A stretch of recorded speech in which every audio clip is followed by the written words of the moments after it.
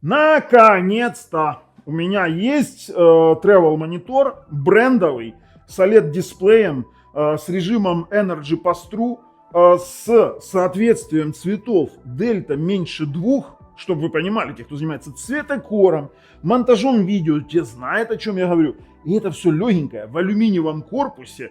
И это просто невероятно классная штука. Сегодня у нас на канале Технозон обзорчик вот этого вот монитора MQ16FC, видите, моделька, конкретный OLED с HDR, еще и с пробросом энергии, то есть с пробросом зарядки. Сейчас более точно покажу это все дело. Один из самых интересных вариантов сейчас на рынке. Мы распаковываем, смотрим, что заявляет производитель, и немножечко посмотрим функционал. Потом сделаем выводы. Конечно же, подписываемся, нажимаем колокольчик. Ссылочки все в описании под видео. На канале Технозон. Поехали. Технозон.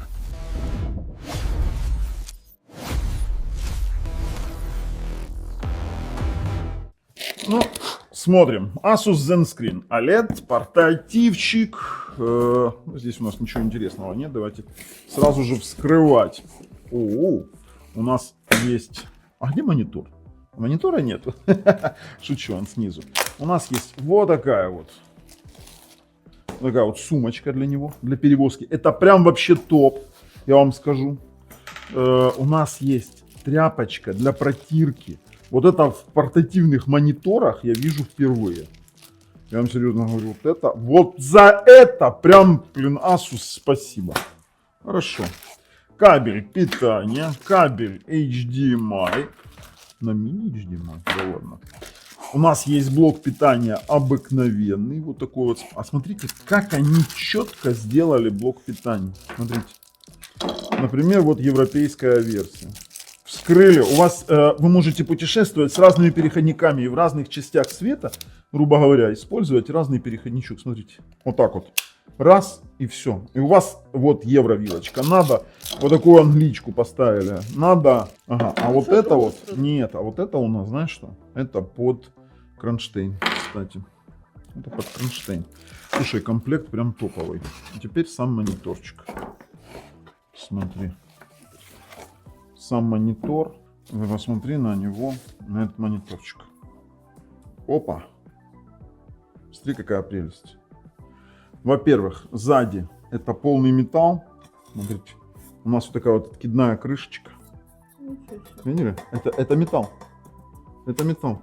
Сюда можно накрутить под кронштейновый держатель. Вот это вот под кронштейн, под специальный. У нас в комплекте нет кронштейна. Теперь у нас по бокам здесь замочек Кенсингтон. Здесь у нас смотрим, ну это меню регулировки мини HDMI. Есть у нас Type-C 1, Type-C 2 и выход 3.5. То, что они вверху, конечно, такое себе решение, но сам факт того, что оно есть, это прикольно. Слушайте, вообще прям класс. Да, под трипод, видишь, сокет под трипод есть, под специальный. И сразу видно Asus OLED 1920 на 1200, 95% DCI-P3, проброс Power и USB Type-C монитор плюс трипод сокет. Очень-очень и очень прикольно все реализовано. Но давайте так. Сейчас пойдем посмотрим, что нам заявляет сам производитель на сайте на своем, и будем его уже подключать и тестировать. Смотрим. Портативный Asus ZenScreen OLED, боже, это выговорить тяжело. OLED MQ16FC, 16-дюймовая OLED-панель с соотношением сторон 16 на 10. Это все понятно, 1920 на 1200. И вот оно, сквозная передача питания, автоматический поворот, DCI-P3, это еще не все. Давайте так, 16-дюймовый, нас это все мало интересует. Я хочу добраться до самых прикольных вещей. TÜV сертификация, это хорошо. 16 дюймов, Power Pass-Through, очень хорошо. Есть у нас наклонные вот это вот моменты его крепления, сверхлегкий вес. Инструмент Asus Display Widget Center включает функцию поворотного экрана автоматический. А вот оно, основное это у нас, это Delta E меньше 2. 95% покрытия цветовой гаммы DCI-P3, на нем можно делать цветокоррекцию, монтировать видео. То есть для меня это вообще идеальный момент, когда я беру с собой свой ноутбук в дорогу, и который еще может питаться от Type-C. Чрезвычайный черный цвет, высокая воспринимаемая яркость, 100 тысяч к 1 коэффициент контрастности. Вот это вообще прикол. Быстрое время отклика плавающей визуализации всего 1 миллисекунда. Zenskrit OLED отображает плавные динамичные сцены. Охренеть. Соотношение экрана к корпусу 89%. Пропуск энергии, это очень хорошо, и всего лишь понадобится кабель. Автоматическая ориентация экрана. Asus iCare, фильтр синего цвета и создание невероятного будущего. Конечно, расписали красивенько. Ссылки, ребят, в описании под видео, конечно же. И смотрим, что у нас здесь. 178 градусов углы просмотра. OLED DCI-P3, 300 кандел на метр квадратный.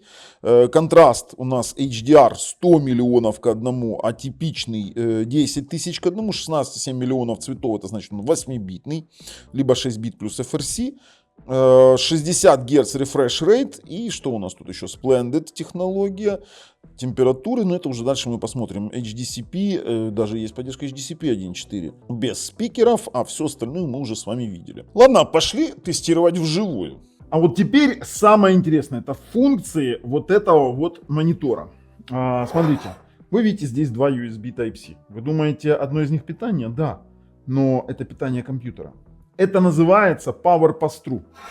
То есть питание ноутбука заходит в монитор, чтобы вы понимали. При том, что сам по себе ноутбук может работать даже от USB, вы видите, самого ноутбука. Но при этом он будет немного в ограниченной яркости. Он может не выдавать полную яркость при питании от Type-C.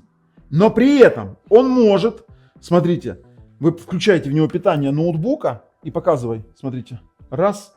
И он пробросил питание ноутбука, и вам получается, не нужно иметь, это будет у вас на максимальной мощности, либо включаете в ноутбук, и он будет питать по Type-C. То есть по факту, для питания данного монитора вам достаточно одного Type-C кабеля, который будет выполнять роль и проброса дисплей-порта, и того же самого, допустим, питания. Либо использовать пасту, когда полная мощность заходит сюда и выходит на ноутбук. Для путешествий это просто идеально. То есть вы можете вот просто вот так вот взять от аккумулятора и работать. У вас есть портативное решение на вот такой вот алюминиевой ножке. Вам не нужно дополнительных каких-то решений. Вы поставили, все, у вас все работает. Класс? Класс. Теперь по поводу яркости самого экрана. Вы сейчас видите вставочку, мы замерили яркость. Яркость действительно отвечает заявленной 300 нит, и вопросов по яркости у нас нет. По углам отображения смотрим. Видно так углы?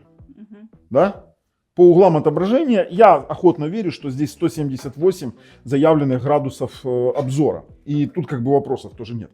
Теперь у нас есть такой инструмент, как Asus Display Widget Center. Очень классная тема. С помощью нее можно фактически реализовать вот это вот меню, которое здесь есть. Смотрите. То есть мы нажимаем сюда меню.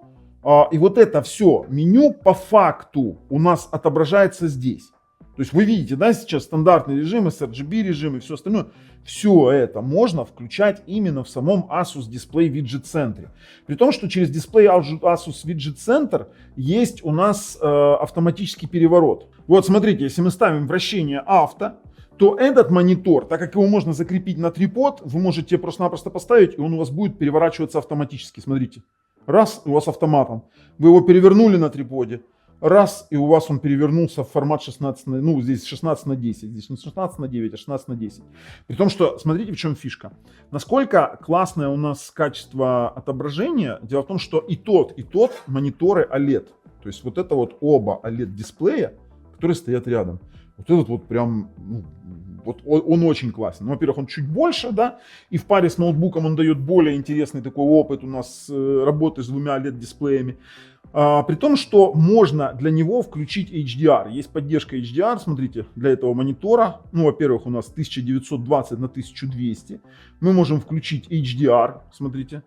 И он у нас в меню сейчас отобразит. Сейчас он переключится на все, сейчас включит пробросы. В меню он у нас отобразит режим работы HDR. Видите?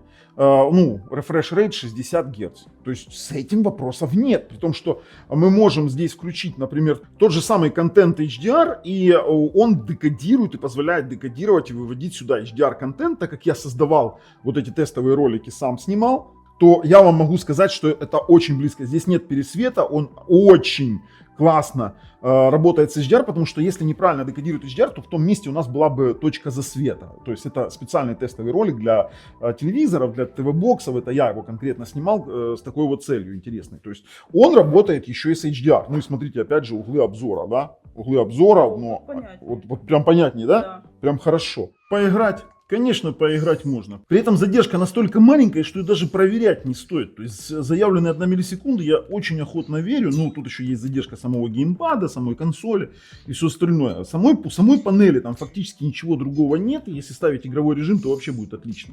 Мы здесь можем посмотреть, допустим, с вами на настройки и посмотреть на экраны видео, ой, не это звук, на экраны видео и поточный видеосигнал. Он выводит 1920-60 на 1080p RGB HDR. То есть HDR поддерживается спокойненько. То есть, вот видите, и поддерживает он 50-60 Гц.